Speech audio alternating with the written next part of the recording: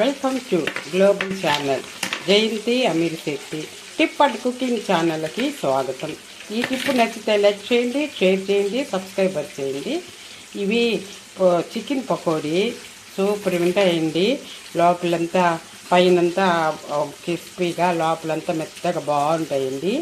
సాంబార్లో కానీ రసంలో కానీ సైడ్గా డిష్ పెట్టుకొని నంచుకుంటే బాగుంటాయి. నంచుకొని తింటే చాలా బాగుంటాయండి. పిల్లలకి పెద్దలకి అందరికి చాలా మంచిది. చికెన్ని శుభ్రంగా ఉప్పు నిమ్మకాయ వేసి బాగా 4-5 సార్లు కడగాల. ఈ పకోడీ కల్లాను ఇట్లా చిన్న చిన్న ముక్కలుగా చేసుకోవాలండి. చిన్న చిన్న ముక్కలుగా చేసుకొని దీంట్లోకి రైస్, బియ్యం పిండి 1 స్పూను, కార్న్ఫ్లవరు 2 స్పూన్లు వేసుకోవాలా. కార్న్ఫ్లవరు బాగా కార్న్ఫ్లవర్ వేసుకుంటే బైండింగ్కి బాగుంటుంది కదా. కార్న్ఫ్లవర్ 2 స్పూన్లు వేసుకొని తర్వాత శనగపిండి వేసుకుంటారు.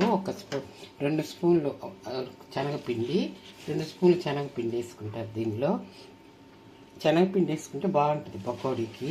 శనగపిండి 2 స్పూన్లు, తర్వాత రుచికి తగ్గంత ఉప్పు, తర్వాత కారము, రుచి తగ్గంత కారము, తర్వాత ఒక పసుపు, తర్వాత ధనియాల పౌడరు 1 స్పూను, తర్వాత జీలకర్ర పౌడర్ 1 రొంత, గరం మసాలా 1 రొంత, ఇష్టం ఉంటే మామూలు ఫుడ్ కలర్ వేసుకోవచ్చు.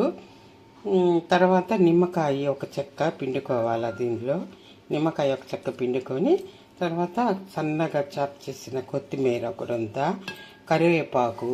కరివేపాకు, తర్వాత పచ్చిమిర్చి చీలిక కట్ చేసిన పచ్చిమిర్చి, తర్వాత నువ్వు ఆయిల్ 1 రొంత వేసుకోవాలా. దీంట్లో ఆయిల్ 1 రొంత వేసుకొని అల్లం వెల్లుల్లి పేస్ట్ 1 స్పూన్ వేసుకోవాలా. అల్లం వెల్లుల్లి పేస్ట్ 1 స్పూన్ వేసుకొని తర్వాత దీన్ని బాగా మ్యారినేట్ చేయాలి. బాగా కలపాలా.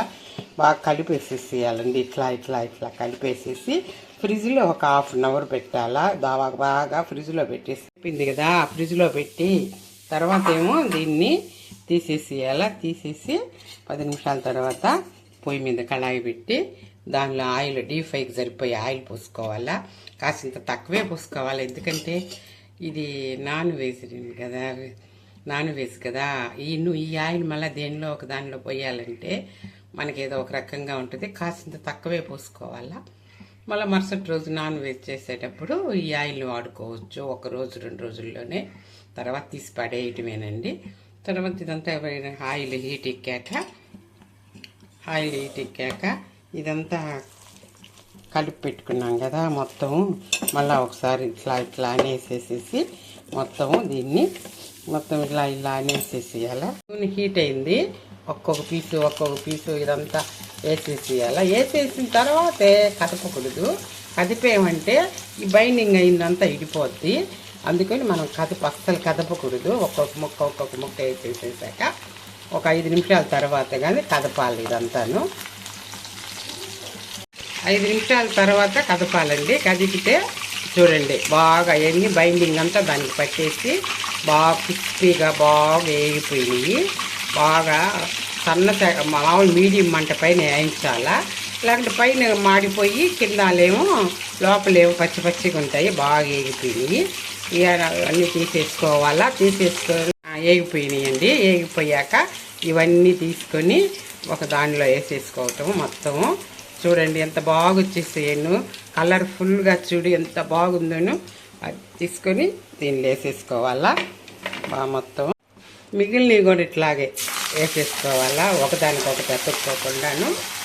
అన్ని 2-3 వాయిలు వస్తాయి కదా, అట్లా వేసేసుకోవాలా. అన్నీ మొత్తం వేసేసుకోవాలా. మొత్తం అయిపోయినాయి. మొత్తం పెట్టుకొని ఈ మాదిరిగానే అన్నీ కాల్చుకున్నామంటే అయిపోతుందండి. దీంట్లోకి బాగుంటాయండి. సాంబార్లోకి, రసంలోకి, అన్నిట్లోకి నంచుకోవడానికి బాగుంటాయి. ఇవి సైడ్గా పెట్టుకొని తినేదానికి. అన్నీ పూర్తయిపోయినాయి. మొత్తం బాగా అన్నీ కాలిపోయినాయండి. అన్నీ. నచ్చితే లైక్ చేయండి, షేర్ చేయండి, సబ్స్క్రైబ్ చేయండి. బాగుంటాయండి ఇవి. మీరు ట్రై చేయండి. చాలా టేస్టీగా కూడా ఉంటాయి.